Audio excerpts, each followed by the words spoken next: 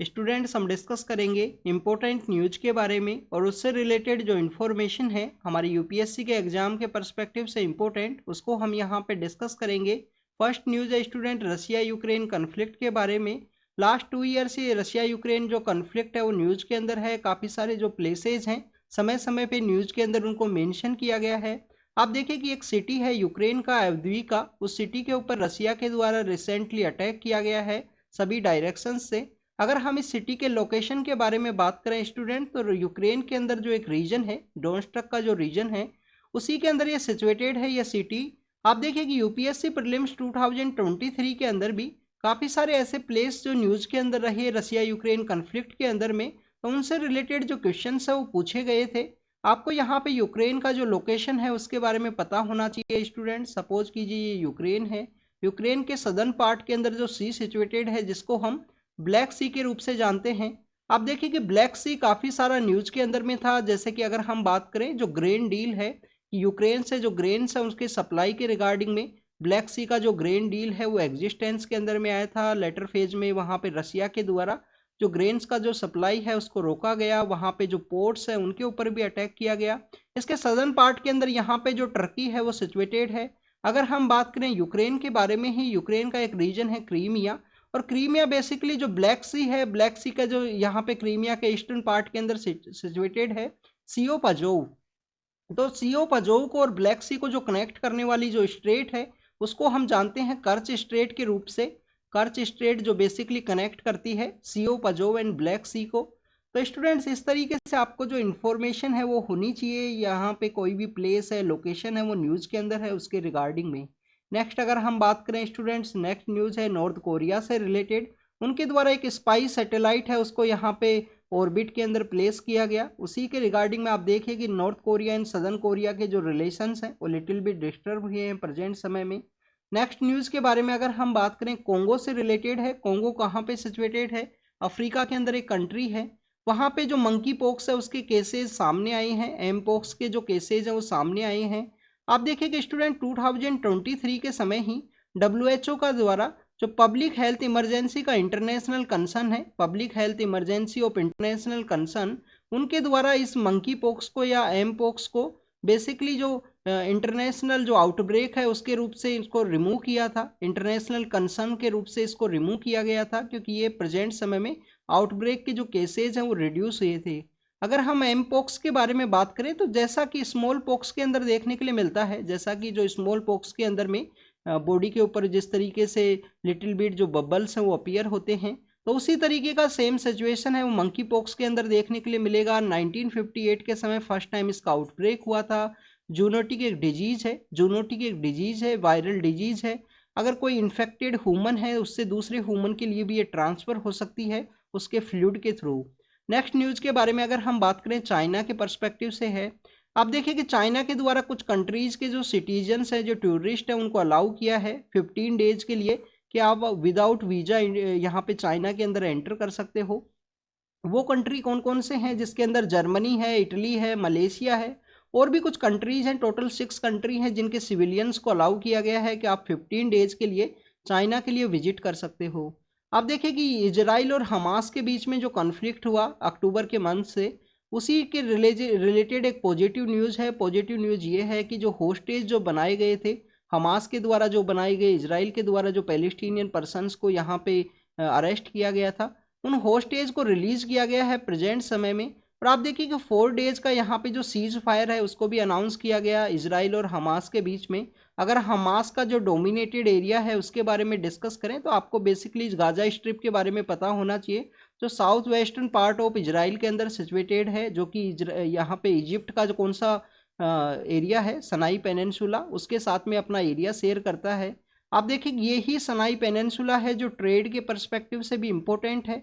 अगर हम बात करें यहाँ पे जो स्वेज कैनाल है वो भी इसी सनाई पेनिनसुला के थ्रू पास करती है, जो कि इजिप्ट के इकोनॉमी के पर्सपेक्टिव से काफ़ी ज़्यादा इम्पोर्टेंट है। और यहाँ पे जो सनाई पेनिनसुला का एरिया से ही इजराइल जो है बेसिकली अपना जो एरिया है वो शेयर करता है रेड सी के साथ में, गल्फ ऑफ अकाबा के थ्रू।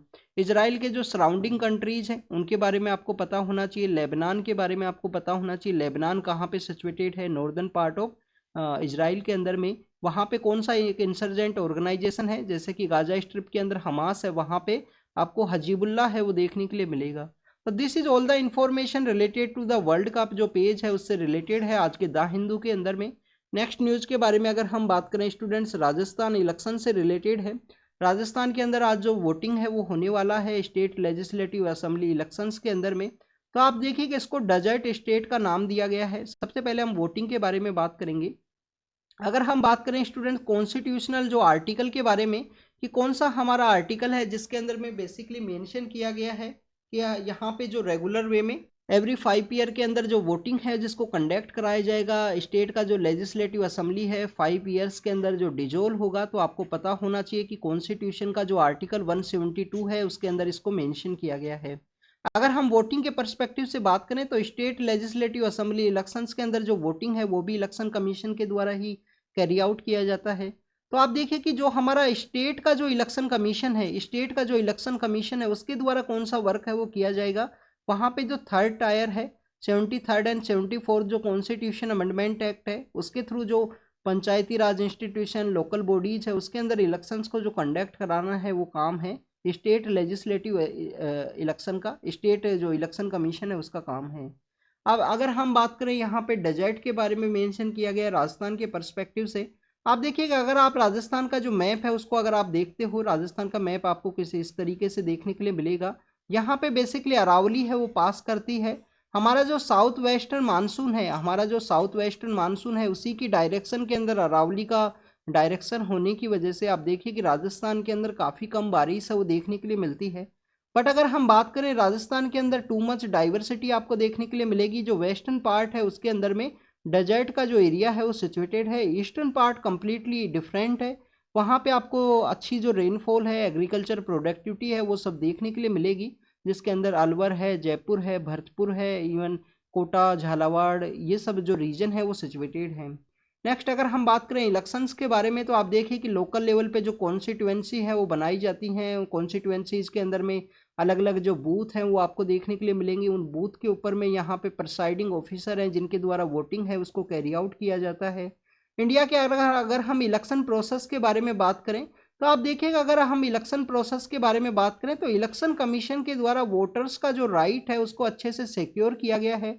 हमारा जो गिर का जो रीजन है, गुजरात के अंदर जो गिर है, गिर के रीजन के अंदर आप देखिए एक वोटर के लिए एक वोटर है वहाँ पे गिर के रीजन के अंदर में, उसके लिए भी जो पोलिंग बूथ है वो वहाँ पे लगाया जाता है एक वोटर के लिए। तो ऐसा आप देखिए कि इलेक्शन कमीशन के इस तरीके से जो इलेक्शन है उनको कैरी आउट किया जाएगा। इंडिया की जो डाइवर्सिटी है उसके पर्सपेक्टिव में। अगर हम हिमालयन रीजन की पर्सपेक्टिव से बात करें तो हिमाचल के अंदर एक जो पोलिंग बूथ लगाया जाता है, काफ़ी सारी हाइट के ऊपर में जो पोलिंग बूथ है उसको वहाँ पे लगाया जाता है। नेक्स्ट अगर हम बात करें उत्तराखंड के बारे में है, सिल्कियारा नाम की जो जगह है वहाँ पे जो ड्रिलिंग मशीन है उसमें कंटिन्यूस जो मिस्टेक्स हैं वो सामने आई हैं। टनल से उन वर्कर्स को रेस्क्यू नहीं किया गया है। कुछ ही मीटर के डिस्टेंस के ऊपर वो सिचुएटेड हैं। प्रेजेंट समय में आप देखिए कि सिल्कियारा कहाँ पे है, उत्तरकाशी जो डिस्ट्रिक्ट है उत्तराखंड के अंदर में, जो north western part of Uttarakhand के अंदर सिचुएटेड है। वहाँ पे उत्तरकाशी डिस्ट्रिक्ट के अंदर एक टनल बनाना था, उसके अंदर एक क्राइसिस हुआ, जो वर्कर्स हैं उसके अंदर में ट्रैप हो गए हैं, उन्हीं के रेस्क्यू के रिगार्डिंग में ऑपरेशन है। ऑस्ट्रेलिया से रिलेटेड एक माइनिंग से रिलेटेड एक पर्सन है, उनको बुलाया गया, उनके द्वारा यहाँ पे जो बेसिकली ऑस्ट्रेलिया के जो पर्सन है उनके द्वारा इनको रेस्क्यू करने से रिगार्डिंग ऑपरेशंस को कैरी आउट किया गया है। अभी जो मशीन्स के अंदर में काफ़ी सारे जो मिस्टेक्स सामने आई हैं अभी उनको निकाला नहीं गया है। नेक्स्ट अगर हम बात करें अफगानिस्तान एम्बेसी के बारे में है, आप देखिए कि 2021 के समय 15 अगस्त के दिन वहाँ पे तालिबान के द्वारा टेक ओवर किया गया। उसके बाद में काफ़ी सारे जो डिप्लोमेटिक मिशंस हैं उनको फंडिंग ना देने की वजह से वहाँ पे जो एम्बेसीज है वो शट डाउन हुई है। तो कम्प्लीटली जो एम्बेसी है उसको शट डाउन कर दिया गया है न्यू दिल्ली के अंदर में, अफगानिस्तान का जो एम्बेसी है उसको। नेक्स्ट अगर हम बात करें स्टूडेंट ट्राइबल्स का जो लैंड है उसके ट्रांसफ़र के रिगार्डिंग में है, आप देखिए उड़ीसा के अंदर एक ऑर्डर है उसको रिलीज़ किया गया था कि जो ट्राइबल्स की जो लैंड है नॉन ट्राइबल्स को भी ट्रांसफ़र की जा सकती है। बट आप देखिए कि वहाँ पे जो कंसर्न्स वो रेज किए गए ट्राइबल एडवाइजरी काउंसिल के द्वारा कंसर्न्स रेज किए गए। आपके लिए यहाँ पे एक होमवर्क है, होमवर्क ये है ट्राइबल एडवाइजरी काउंसिल क्या हमारा जो शेड्यूल 5 है उसके अंदर मेंशन है या शेड्यूल 6 के अंदर मेंशन है, ये आपको कमेंट सेक्शन के अंदर बताना है। आपको बेसिक इन्फॉर्मेशन होनी चाहिए कि शेड्यूल एरिया कहाँ पे सिचुएटेड है, शेड्यूल 6 के अंदर कौन कौन से स्टेट हैं हमारे, असम, मेघालय, त्रिपुरा और मिजोरम। लद्दाख का भी डिमांड है कि हमको शेड्यूल 6 के अंदर ऐड किया जाए। ये ट्राइबल्स का जो लैंड है उसको नॉन ट्राइबल्स को रोकने के रिगार्डिंग में प्रोविजन किया है। आप देखिए कि काफ़ी सारे ऐसे नॉन ट्राइबल जो पर्सनस हैं, जो कैपिटलिस्ट पर्सनस हैं, जो इंडस्ट्रियलिस्ट पर्सनस हैं, उनके द्वारा ट्राइबल्स की लैंड है उसको खरीदा जा सकता है किसी ना किसी रीजन के थ्रू में। उनका जो इलिटरेसी कम होना, उनको कम जानकारी होना, इसके अलावा देखिए कि पॉवर्टी की वजह से जो डेब्ट ट्रैप है, ऐसे काफ़ी सारे इश्यूज हो सकते हैं जिसकी वजह से उनकी जो ज़मीन है वो खरीदी जा सकती है। उसी के रिगार्डिंग में ये प्रोविज़न जस्ट आफ्टर द हमारा इंडिपेंडेंस के बाद में काफ़ी सारे स्टेट्स में इसको रेगुलेट किया गया कि जो ट्राइबल पर्सनस है उनकी ज़मीन नॉन ट्राइबल्स को जो ट्रांसफ़र है उसके करने के रिगार्डिंग में जो प्रोविजंस है उसको रोका गया कि ट्राइबल्स की ज़मीन नहीं ट्रांसफ़र कर सकोगे। अभी देखिए कि रिसेंटली एक पंजाब का जो केस है उसके रिगार्डिंग में सुप्रीम कोर्ट का जजमेंट था कि गवर्नर के द्वारा जो बिल है उसके रिगार्डिंग में जो असेंट है उसको नहीं दिया जाएगा अगर उसके असेंबली के द्वारा दोबारा से जो बिल है उसको पास करके भेजा गया। बेसिकली गवर्नर का जो वीटो पावर है, गवर्नर का जो वीटो पावर है या विद होल्ड करने का जो पावर है उसकी रिगार्डिंग में जजमेंट था कि गवर्नर को कम्प्लीटली पावर नहीं है, यहाँ पे वीटो का अप्लाई के रिगार्डिंग में कुछ सब्सटेंशियल जो पावर है वो दी गई है। अगर हम गवर्नर की पोस्ट के बारे में बात करें तो आपको आर्टिकल 168 के बारे में पता होना चाहिए कि स्टेट लेजिस्लेटिव असेंबली है, स्टेट लेजिस्लेटिव काउंसिल है, वहाँ पे एक गवर्नर होगा। Legislative assembly and legislative council का अगर हम स्टेट लेजिस्लेटिव काउंसिल के बारे में बात करें तो कौन कौन से स्टेट्स के अंदर लेजिस्लेटिव काउंसिल सिचुएटेड है, इसके बारे में आप होमवर्क में बताना। सभी स्टेट्स के अंदर नहीं है, क्या वो महाराष्ट्र और कर्नाटक के अंदर है या नहीं है लेजिस्लेटिव काउंसिल, उत्तर प्रदेश और बिहार के अंदर है या नहीं है। जम्मू कश्मीर के अंदर भी लेजिस्लेटिव काउंसिल हुआ करती थी बट बाद में उसको जम्मू कश्मीर को बाइफरकेट कर दिया गया 2019 के समय और उसको यूनियन टेरिटरी है वो बनाया गया। अगर हम गवर्नर की पोस्ट के बारे में बात करें तो कनाडा से हमने ये पोस्ट है उसको लिया है कनेडियन कॉन्स्टिट्यूशन के थ्रू में। अगर आप देखिए कि लक्ष्मीकांत का जो चैप्टर 3 है उसके अंदर लिस्ट दी गई है कि कौन सा जो टॉपिक है हमने कौन से कंट्री से लिया है कॉन्स्टिट्यूशन के फ्रेमिंग के समय में, तो उस लिस्ट को आप याद करना अच्छे से। तो गवर्नर का जो अपॉइंटमेंट है सेंटर के द्वारा ये कहाँ से लिया है, हमने कनाडा से लिया है। कनाडा काफ़ी सारा न्यूज़ के अंदर भी था क्यों वहाँ पे इंडिया और कनाडा के जो क्राइसिस की वजह से। नेक्स्ट अगर हम बात करें चीफ सेक्रेटरी के बारे में है तो आप देखिए कि चीफ सेक्रेटरी से रिलेटेड यूपीएससी ने 2016 के अंदर क्वेश्चन है वो पूछा था चीफ सेक्रेटरी से रिलेटेड। अभी न्यू दिल्ली के अंदर जो चीफ सेक्रेटरी है उसके अपॉइंटमेंट के रिगार्डिंग में यहाँ पे सुप्रीम कोर्ट का जजमेंट है कि सेंटर को एक लिस्ट है वो यहाँ पे देनी चाहिए। सेंटर को एक लिस्ट है नेम्स ऑफ पर्सनस का, सपोज कीजिए 3 पर्सन या 5 पर्सन का जो लिस्ट है वो देना चाहिए। उनमें से किसी एक पर्सन को यहाँ पे अपॉइंट किया जाए, किसके द्वारा, न्यू दिल्ली के द्वारा। न्यू दिल्ली का जो गवर्नमेंट है उसके द्वारा आप देखिए कि वहाँ पे जो गवर्नर का जो पोस्ट है, एलजी का जो पोस्ट है, एलजी और वहाँ का जो गवर्नमेंट है, गवर्नमेंट ऑफ न्यू दिल्ली, उनके यहाँ पे कंटिन्यूस जो कन्फ्लिक्ट है वो देखने के लिए मिला है। तो उसी के रिगार्डिंग में अभी रिसेंटली जो दिल्ली का जो इलेक्ट्रिसिटी रेगुलेटरी कमीशन है उसके भी जो मेंबर्स है उसके अपॉइंटमेंट के रिगार्डिंग में जो कन्फ्लिक्ट था वो था वहाँ पे गवर्नर हाउस और सीएम का जो काउंसिल ऑफ मिनिस्टर है उनके बीच में अपॉइंटमेंट प्रोसेस के रिगार्डिंग में। एनसीटी का जो जजमेंट है 2021 का उसके बाद से आप देखिए कि जो सेंट्रल गवर्नमेंट को अपॉइंटमेंट या ब्यूरोक्रेसी के रिगार्डिंग में जो मोर पावर है वो दे दी गई है 2021 के उस एनसीटी के जजमेंट के थ्रू में। नेक्स्ट अगर हम एयर क्वालिटी के बारे में बात करें तो आपको एयर क्वालिटी इंडेक्स के बारे में पता होना चाहिए कि कौन कौन से जो कंपोनेंट्स हैं, जो 8 कंपोनेंट हैं वो कवर किए गए हैं एयर क्वालिटी को मेजर करने के रिगार्डिंग में। PM 2.5 है, PM 10 है, इसके अलावा कौन कौन से कंपोनेंट्स है उसके बारे में आपको पता होना चाहिए। दिल्ली के अंदर जो एयर क्वालिटी है वो इम्प्रूव होगा आफ्टर द संडे, ऐसा माना गया है कि जो जिस तरीके से एटमॉस्फेयर के अंदर जो डस्ट है वो यहाँ पे रिमूव हो सकेगी। नेक्स्ट अगर हम बात करें, आप देखिए कि हमारे जो होम मिनिस्टर हैं उनका पब्लिक मीटिंग है वो अलाउ नहीं किया गया था बंगाल की गवर्नमेंट के द्वारा। अभी वो हाई कोर्ट के अंदर अप्रोच किए गए, हाई कोर्ट के द्वारा उनको अलाउ किया गया। आप देखिए कि आर्टिकल 19 के अंडर में हमको ये पावर है, बेसिकली आप पीसफुली असेंबली है उसको यहाँ पे कैरी आउट कर सकते हो, पब्लिक ऑर्डर को आप डिस्टर्ब ना करो, वहाँ पे पीसफुल असेंबली है उसको कैरी आउट करो। इसके क्या क्या एक्सेप्शन है आप कमेंट सेक्शन के अंदर में बताना कि आर्टिकल 19 के अंदर में जो पीसफुल असेंबली है उसको ऑर्गेनाइज करने के क्या क्या यहाँ पे एक्सेप्शंस हैं। नेक्स्ट अगर हम बात करें RRTS प्रोजेक्ट के बारे में तो सेंटर का ये प्रोजेक्ट है दिल्ली के आसपास के जो रीजन है, गाजियाबाद है, मेरठ है, उन सभी की कनेक्टिविटी के रिगार्डिंग में रीजनल जो ट्रांसपोर्ट के रिगार्डिंग का ये प्रोजेक्ट है उसी के रिगार्डिंग में दिल्ली गवर्नमेंट के द्वारा जो अपना फंड है वो रिलीज किया गया है सुप्रीम कोर्ट के इंटरवेंशन के बारे में, इंटरवेंशन के बाद में। तो आरआरटीएस प्रोजेक्ट क्या है? नेशनल कैपिटल टेरिटरी का जो ट्रांसपोर्ट सिस्टम है उसी के रिगार्डिंग में ये प्रोजेक्ट है। हमारा जो एनसीटी का जो रीजन है उसके अंदर में कनेक्टिविटी को बेटर करने के रिगार्डिंग में, चाहे वो आप देखिए कि प्रेजेंट समय में जो उत्तर प्रदेश के अंदर जो मेरठ है, गाजियाबाद है, उन सभी को कनेक्ट करने के रिगार्डिंग में है। इसके अलावा अगर हम बात करें यहाँ पे जो फरीदाबाद है, काफ़ी सारे जो सिटीज़ हैं जो दिल्ली के आसपास सिचुएटेड हैं, जिसके अंदर फरीदाबाद भी है, नोएडा भी है, गाजियाबाद भी है, गुड़गांव भी है, हरियाणा का जो बहादुरगढ़ है, सोनीपत है, इन सभी एरियाज़ को कनेक्टिविटी के रिगार्डिंग के प्रोजेक्ट हैं, जिससे बेटर वे में लोगों का जो ट्रांसपोर्ट है वो उसको कम्युनिकेट कर सके, उसको वो एक्सेस कर सकें। नेक्स्ट अगर हम बात करें यहाँ पे कर्नाटक गवर्नमेंट का जो डिसीजन है जिसके अंदर में जो सीबीआई को जो जनरल कंसेंट था उसको विड्रॉ किया गया है, तो उसी के रिगार्डिंग में वहाँ का जो अपोजिशन पार्टीज है उनके द्वारा उसको अपोज किया गया।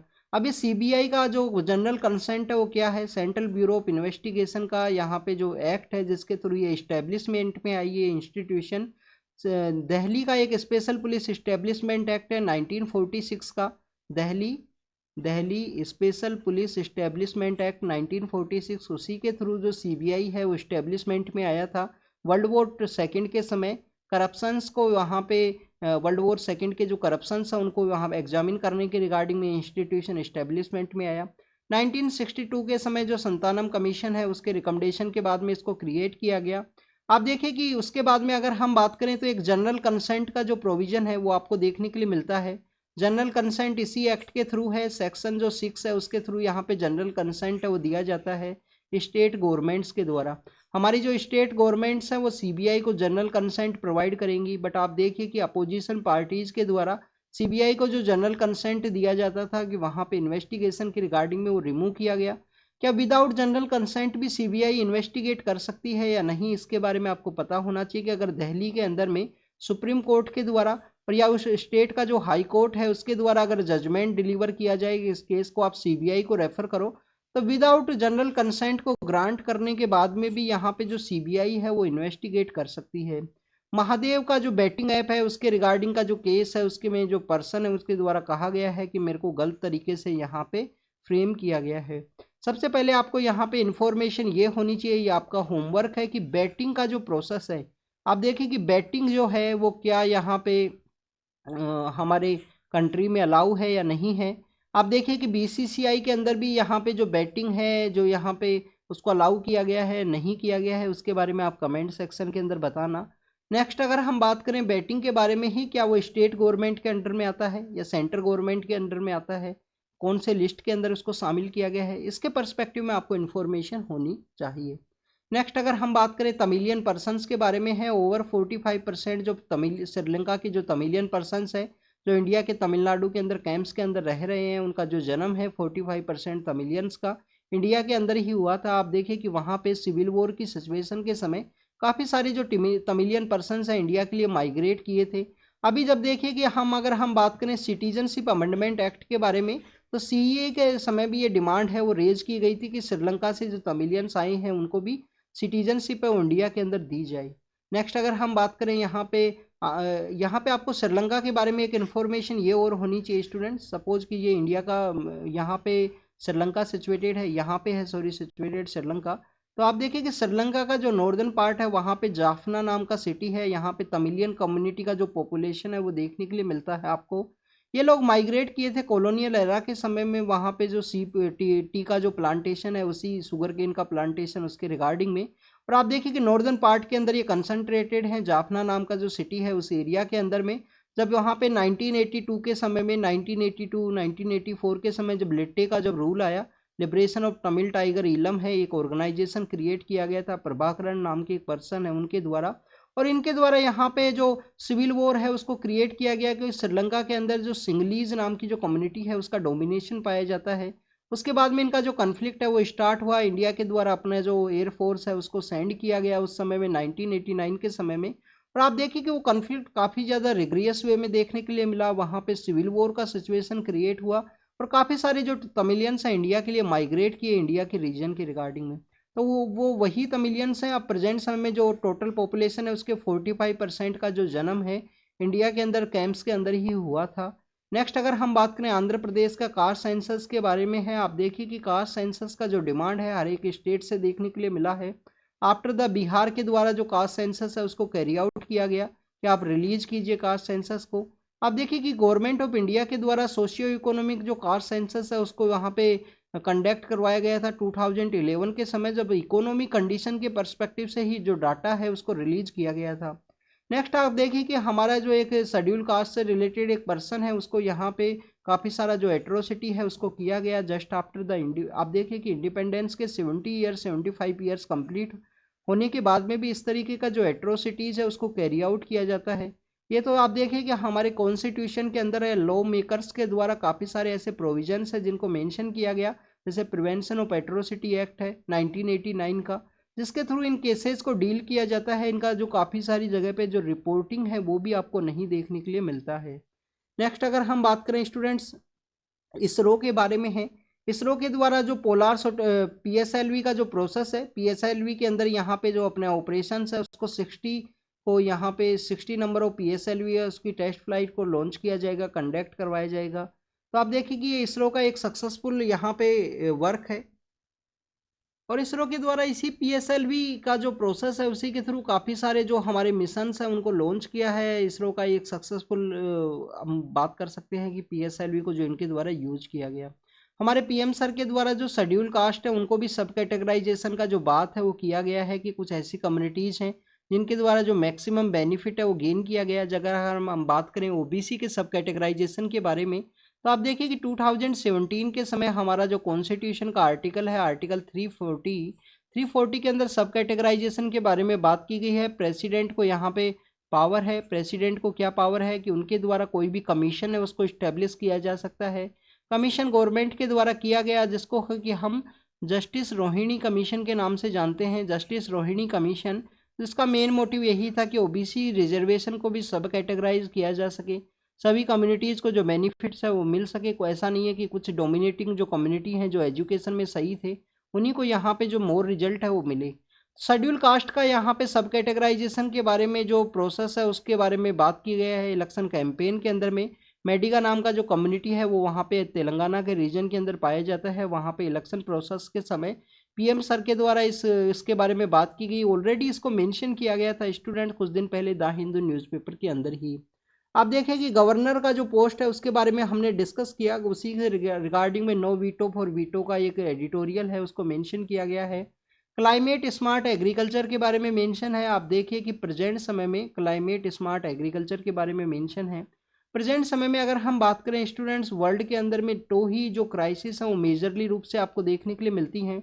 एक तो जो इम्पोर्टेंट जो क्राइसिस है वो है स्टूडेंट्स क्लाइमेट चेंज का। क्लाइमेट चेंज का जो क्राइसिस है वो आपको देखने के लिए मिलता है। क्लाइमेट चेंज की क्राइसिस के बारे में अगर हम बात उसके बाद में अगर हम बात करें तो एग्रीकल्चर जो प्रोडक्टिविटी है, जिस तरीके से हमारा जो पॉपुलेशन है, जिस तरीके से जो पॉपुलेशन है वो इंक्रीज हुआ है, उसको देखते हुए एग्रीकल्चर प्रोडक्टिविटी का भी एक क्राइसिस है वो देखने के लिए मिलता है कि एग्रीकल्चर का प्रोडक्टिविटी इतना होना चाहिए कि जिसकी वजह से इस पॉपुलेशन का जो डिमांड है उसको हम फुलफिल कर सकें।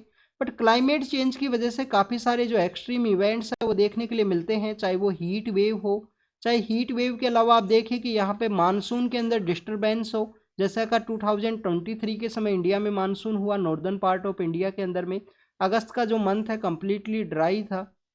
आप देखिए कि अनप्रेसिडेंट इवेंट्स हों। आप देखिए मानसून का जो पीरियड स्टार्ट हुआ था जून के समय में, जो यहाँ पे फ्लड का जो क्राइसिस देखने के लिए मिला था नॉर्दर्न पार्ट ऑफ इंडिया के अंदर में, उसकी वजह से भी एग्रीकल्चर का जो प्रोडक्टिविटी है वो डिक्लाइन होता है। एक्सट्रीम कोल्ड का होना उसकी वजह से भी एग्रीकल्चर प्रोडक्टिविटी का यहाँ पे डिक्लाइन होता है। तो इन्हीं अनप्रेसिडेंट वेदर इवेंट्स को यहाँ पे इस उनको डील करने के रिगार्डिंग में क्लाइमेट स्मार्ट एग्रीकल्चर है उसका होना काफ़ी ज़्यादा ज़रूरी है स्टूडेंट्स प्रेजेंट समय में। अगर हम स्टूडेंट्स इसके अलावा अगर हम बात करें क्लाइमेट स्मार्ट एग्रीकल्चर के पर्सपेक्टिव से, तो आप देखिए कि क्लाइमेट स्मार्ट एग्रीकल्चर के द्वारा यहाँ पे क्या जो थिंग्स हैं उनको कैरी आउट किया जाएगा। तो प्रेजेंट समय में फूड एंड एग्रीकल्चर ऑर्गेनाइजेशन के द्वारा, FAO के द्वारा अपना जो गाइडलाइंस है उसको रिलीज किया गया था 2019 के समय में।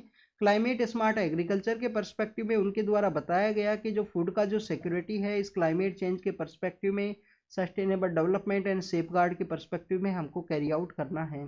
क्या किया जाएगा क्लाइमेट स्मार्ट एग्रीकल्चर के द्वारा? बेसिकली 3 पिलर्स के ऊपर ये कर्म का यहाँ पे कैरी आउट करेगा। इनके द्वारा यहाँ पे सस्टेनेबल जो एग्रीकल्चर का जो प्रोडक्टिविटी है, जो एग्रीकल्चर का जो प्रोडक्टिविटी है उसको इनके द्वारा इंक्रीज किया जाएगा। सस्टेनेबल इंक्रीज किया जाएगा एग्रीकल्चर का प्रोडक्टिविटी एंड जो फार्मर्स का जो इनकम है उसको। इनके द्वारा यहाँ पे जो रेजिलियंट जो इंफ्रास्ट्रक्चर है उसको भी बिल्ड किया जाएगा क्लाइमेट चेंज के पर्सपेक्टिव से। और आप देखिए कि क्लाइमेट स्मार्ट एग्रीकल्चर के द्वारा जो ग्रीन हाउस गैस हैं, जो ग्रीन हाउस गैस का जो एमिशन है उसको रिड्यूस किया जाएगा। उसको रिड्यूस करने में ये हेल्प करेगा, जिसकी वजह से यहाँ पे जो प्रोडक्टिविटी है वो इम्प्रूव होगी। लैंड का जो डिग्रेडेशन है उसको यहाँ से डील किया जाएगा और सोइल हेल्थ है उसको भी इम्प्रूव किया जा सकेगा इसी क्लाइमेट स्मार्ट एग्रीकल्चर के थ्रू। अगर हम बात करें इंडिया के पर्सपेक्टिव में, तो आप देखिए कि क्लाइमेट स्मार्ट एग्रीकल्चर की वजह से प्रोडक्टिविटी के इंक्रीज के बारे में हमने बात की, ग्रीन हाउस गैस के रिडक्शन के बारे में हमने बात की, और जो डिमांड है उसको ये डील करेगा। इंडिया के अंदर अगर हम इनिशिएटिव्स के बारे में बात करें तो काफ़ी सारे ऐसे इनिशिएटिव्स डील के चलाए गए हैं गवर्नमेंट के द्वारा, जिसके थ्रू क्लाइमेट का जो वल्नरेबिलिटी है, एग्रीकल्चर का जो इम्पोर्टेंस है उसको रखा गया। जैसे कि आप देखिए नेशनल अडॉप्शन फंड के बारे में आपको पता होना चाहिए, जो क्लाइमेट चेंज के पर्सपेक्टिव से है। National adaptation fund for climate change. National innovation mission है जो क्लाइमेट रेजिलियंट एग्रीकल्चर के पर्सपेक्टिव से है। सोइल हेल्थ कार्ड के बारे में आपने रीड किया होगा। परंपरागत जो कृषि सिंचाई योजना है, प्रधानमंत्री कृषि सिंचाई योजना है, बायोटेक किसान है, क्लाइमेट स्मार्ट जो विलेज हैं, उन सभी ऐसे इनिशिएटिव्स हैं जो गवर्नमेंट के द्वारा चलाए गए, जो क्लाइमेट स्मार्ट एग्रीकल्चर के अंदर में इंडिया में चल सके।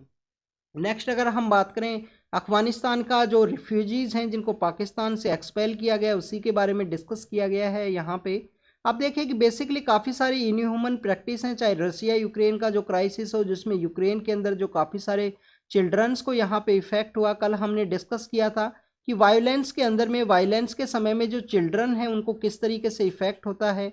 आप देखिए कि लास्ट जो 2-3 ईयर्स का जो समय है, चाहे कोविड-19 का समय हो, कुछ कन्फ्लिक्ट है, रसिया यूक्रेन क्राइसिस है, अजरबैजान और आर्मेनिया का जो क्राइसिस था। इसके अलावा आप देखिए कि यहाँ पे हमास का जो रीजन है, जो गाजा स्ट्रिप है, वहाँ पे इजराइल के अंदर ये कन्फ्लिक्ट स्टार्ट हुआ। अफगानिस्तान के अंदर तालिबान का टेक ओवर करना हो, वहाँ पे अफगानिस्तान के जो रिफ्यूजी हैं उनको पाकिस्तान से एक्सपेल करना हो, तो उसकी वजह से आप देखिए चिल्ड्रंस का एजुकेशन भी इम्पैक्ट होता है। यहाँ पे एक विशेष साइकिल है वो क्रिएट होती है। इसी इनह्यूमन प्रैक्टिस को यहाँ पे डिस्कस किया गया है कि कैसे ये बेसिकली कैरी आउट किया गया, जब से तालिबान के द्वारा 2021 के समय पावर है उसको टेक ओवर किया गया है। अगर हम बात करें यहाँ पे फेक जो अलार्म है उसके बारे में भी डिस्कस किया गया है। स्टूडेंट्स, यहाँ पे जो basically northern part of China के अंदर में, नॉर्दर्न पार्ट ऑफ चाइना के अंदर जो हुबई नाम का जो सिटी है उसके अंदर में काफ़ी सारे जो निमोनिया के जो केसेस सामने आए, उसके पर्सपेक्टिव में इस टॉपिक को डिस्कस किया गया है कि ये बेसिकली एक अलार्म है। कोविड-19 का भी इसी तरीके से आउटब्रेक हुआ था, उस समय में ऐसे केसेज हैं वो सामने आए थे। WHO के द्वारा अपना जो आंसर है वो मांगा गया है यहाँ पे चाइना से रिलेटेड, कि ऐसा कोई अगर अलार्मिंग सिचुएशन वहाँ पे क्रिएट हुई है तो आप उसके बारे में जो अपना जो इन्फॉर्मेशन है वो शेयर कीजिए। नेक्स्ट आप देखिए कि कोर्ट के द्वारा कहा गया, सुप्रीम कोर्ट के द्वारा, कि सेबी के द्वारा जो 1992 के अंदर एक रेगुलेटरी है जिसको इस्टेब्लिश किया गया था शेयर मार्केट के पर्सपेक्टिव में, तो सेबी के द्वारा जो ऑर्गेनाइजेशन यहाँ पे ऑर्गेनाइज क्राइम के रिगार्डिंग में जो एक प्रोजेक्ट है इन्वेस्टिगेटिंग जर्नलिज्म का, आप देखिए कि 2006 के समय में, 2006 के समय इसका इस्टेब्लिशमेंट हुआ था। Organise crime and corruption reporting project है, 2006 के समय इन्वेस्टिगेटिंग जो जर्नलिस्ट है उनके द्वारा इसको स्टार्ट किया गया। स्टूडेंट्स, आप देखिए कि इसका जो रिपोर्ट है अडानी ग्रुप के रिगार्डिंग में जो फाइंडिंग्स है उनको यहाँ पे ओब्लिगेट नहीं है सेबी की, उनकी जो फाइंडिंग्स है उनको माने सेबी के द्वारा। अगर हम बात करें जर्नलिज्म के पर्सपेक्टिव से, तो उसमें एक डायलॉग है जो काफ़ी फेमस है। आप अगर कोई जर्नलिज्म है या जर्नलिज्म का जो एक्टिविटी है अगर वो इन्वेस्टिगेटिव नहीं है तो वो जर्नलिज्म का पार्ट नहीं है। If it is not investigative तो वो जर्नलिज्म नहीं है, ऐसा कहा जाता है। कुछ फेमस जर्नलिस्ट के बारे में अगर हम बात करें तो आपको एक डैनियल पर्ल के बारे में पता होना चाहिए, कैसे उनके द्वारा जो एक्सट्रीमिस्ट ऑर्गेनाइजेशन है, जो टेररिस्ट ऑर्गेनाइजेशन है, उनके द्वारा उसका मर्डर कर दिया गया था, डैनियल पर्ल का। नेक्स्ट अगर हम बात करें ऑर्गेनाइजेशन, यहाँ पे ऑर्गेनाइज जो क्राइम एंड करप्शन के रिगार्डिंग में रिपोर्टिंग प्रोजेक्ट है जिसको 2006 में इस्टेब्लिश किया गया था, वर्ल्ड ओवर में काफ़ी सारे जो जर्नलिस्ट है वो इससे रिलेटेड है, इन्वेस्टिगेटिंग जर्नलिज्म के बारे में उनके द्वारा काफ़ी सारी जो फाइंडिंग्स है वो की जाती हैं। सुप्रीम कोर्ट के द्वारा कहा गया है कि उनकी जो रिपोर्ट्स हैं उनको आप ओब्लिगेट नहीं हो मानने के रिगार्डिंग में, आप अपना जो इन्वेस्टिगेशन है उसको कैरी आउट कीजिए, क्या इनके द्वारा किस तरीके का कोई डिस्टर्बेंस है उसको क्रिएट किया गया, अन जो नेसेसरी जो प्रॉफिट है उसको गेन करने की रिगार्डिंग में। हलाल सर्टिफिकेशन प्रोडक्ट्स के बारे में है, उनको सीज किया गया है यूपी गवर्नमेंट के द्वारा, इनको यहाँ पे इनका जो सेल है, जिनका डिस्ट्रीब्यूशन है उसको बैन किया गया था उसी के बाद में। नेक्स्ट अगर हम बात करें साइट के पर्सपेक्टिव से न्यूज़ है student, computer emergency response team के बारे में आपको पता होना चाहिए, जो मिनिस्ट्री ऑफ हमारे इलेक्ट्रॉनिक एंड इंफॉर्मेशन टेक्नोलॉजी के अंडर में है, जिसको आरटीआई के अंडर में आप इससे रिलेटेड जो इन्फॉर्मेशन है वो नहीं गेन कर सकते। सेंटर ने एग्जेम्प्ट किया है साइट को। साइट के बारे में आप देखिए कि काफ़ी इंपॉर्टेंट इंस्टीट्यूशन है हमारे कंट्री में, जो साइबर सिक्योरिटी है उसको प्रमोट करने के रिगार्डिंग में साइट के बारे में आपको पता होना चाहिए। Computer emergency response team in India, India का कंप्यूटर इमरजेंसी रिस्पॉन्स टीम है, किसके अंडर में आता है? Ministry of electronic and information technology के अंडर में इसको कवर किया गया है। हमारे कंट्री में जितना भी जो साइबर क्राइम है, कंप्यूटर से रिलेटेड जो साइबर इन्वेस्टिगेशन है उसको इसके द्वारा कैरी आउट किया जाता है। आप देखिए कि 2022 के समय जो एम्स का जो केस है उसके रिगार्डिंग में इनके द्वारा इन्वेस्टिगेशन को कैरी आउट किया गया, जिसके अंदर भी बेसिकली जो इन्फॉर्मेशन सिस्टम है, हॉस्पिटल का जो इन्फॉर्मेशन सिस्टम है, ई हॉस्पिटल सिस्टम है, उसके रिगार्डिंग में जो इन्फॉर्मेशन है उसको इनके द्वारा इन्वेस्टिगेट किया गया था कि कैसे वहाँ पे जो साइबर अटैक है वो हुआ। इसके अलावा साइबर सिक्योरिटी के पर्सपेक्टिव में एक कन्वेंशन है जिसको हम बुडापेस्ट कन्वेंशन के रूप से जानते हैं। इंडिया के द्वारा बुडापेस्ट कन्वेंशन को नहीं साइन किया गया, नहीं उसको रेटिफाई किया गया। उसके बिहाइंड के रीजन यही है कि उसके अंदर एक कंट्री के द्वारा दूसरे कंट्री का जो साइबर सिक्योरिटी से रिलेटेड इन्फॉर्मेशन है वो शेयर करना होगा। इंडिया को लगा कि यह हमारा सॉवरेनिटी का वायलेशन है, तो बुडापेस्ट कन्वेंशन को इंडिया के द्वारा नहीं साइन किया गया। आप देखिएगा आरटीआई के अंदर भी कुछ ऐसे सेक्शंस है जिसके अंदर में कुछ एजेंसीज को एग्जेम्प्ट किया गया है कि उनकी इन्फॉर्मेशन आप नहीं रिसीव कर सकते। जैसे कि आप देखिए कि हमारा डीआरडीओ है, डिफेंस फोर्सेज है, हमारे पीएम का जो एक्सपेंडिचर है उसमें कितना जो फ्रेंडली रिलेशंस के रिगार्डिंग में कितना जो खर्चा आता है, उन सभी के बारे में इंफॉर्मेशन आपको नहीं शेयर की जा सकती राइट टू इन्फॉर्मेशन के थ्रू में। कंप्लीटली ट्रांसपेरेंट नहीं रहेगा। आप देखिए कुछ एक्सेप्शन है, जैसे हमारा देश का सिक्योरिटी है, इंफॉर्मेशन है, उसके पर्सपेक्टिव से हमारे जो रिलेशंस हैं, फ्रेंडली रिलेशन दूसरे कंट्रीज के साथ में, उनके बारे में जो इन्फॉर्मेशन है वो नहीं शेयर की जाएगी आरटीआई एक्ट के थ्रू में।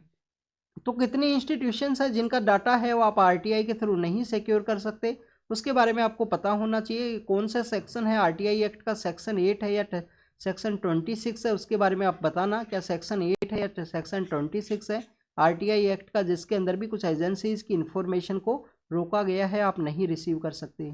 इंडो पैसिफिक रीजन के बारे में बात किया गया है। इंडिया और ऑस्ट्रेलिया के रिलेशन के पर्सपेक्टिव हमारे जो मिनिस्टर ऑफ एक्सटर्नल अफेयर है उनके द्वारा कहा गया है कि इंडिया ऑस्ट्रेलिया के द्वारा यहाँ पे जो इंडो पैसिफिक रीजन के अंदर जो लीडरशिप डायलॉग है जिसको इस्टेब्लिश किया गया है, उसका मेन मोटिव यही है कि इंडो पैसिफिक रीजन को ओपन एंड इंक्लूसिव बनाया जा सके, सभी लोगों के लिए वो एक्सेसिबल हो, सभी कंट्रीज उसके अंदर प्रॉपर वे में पार्टिसिपेट कर सके। इंडो पैसिफिक रीजन के अंदर में इंडिया का जो डोमिनेशन है इंडियन ओशन के अंदर में, उसका जो सेंट्रल लोकेशन के अंदर सिचुएटेड होने की वजह से, तो आप देखिए कि इसको completely free, safe and secure बनाने के पर्सपेक्टिव में इंडिया एंड ऑस्ट्रेलिया का एक ट्रस्ट बिल्डिंग के प्रोसेस के रिगार्डिंग में है इंडो पैसिफिक रीजन का जो डायलॉग फोरम है जिसको इस्टेब्लिश किया गया। तो this is all the information related to the today's newspaper जिसको हमने डिस्कस किया। आप भी इसको रीड एंड रिवाइज कीजिए, बार बार इसको रीड एंड रिवाइज कर रहे हो, जो भी इन्फॉर्मेशन है उसको नोट डाउन कीजिए, क्योंकि स्टूडेंट्स आप रेगुलर प्रैक्टिस करोगे उसी तरीके से आप यहाँ पे जो एग्जाम है उसमें कम्पीट कर सकते हो। Thank you students, thank you very much.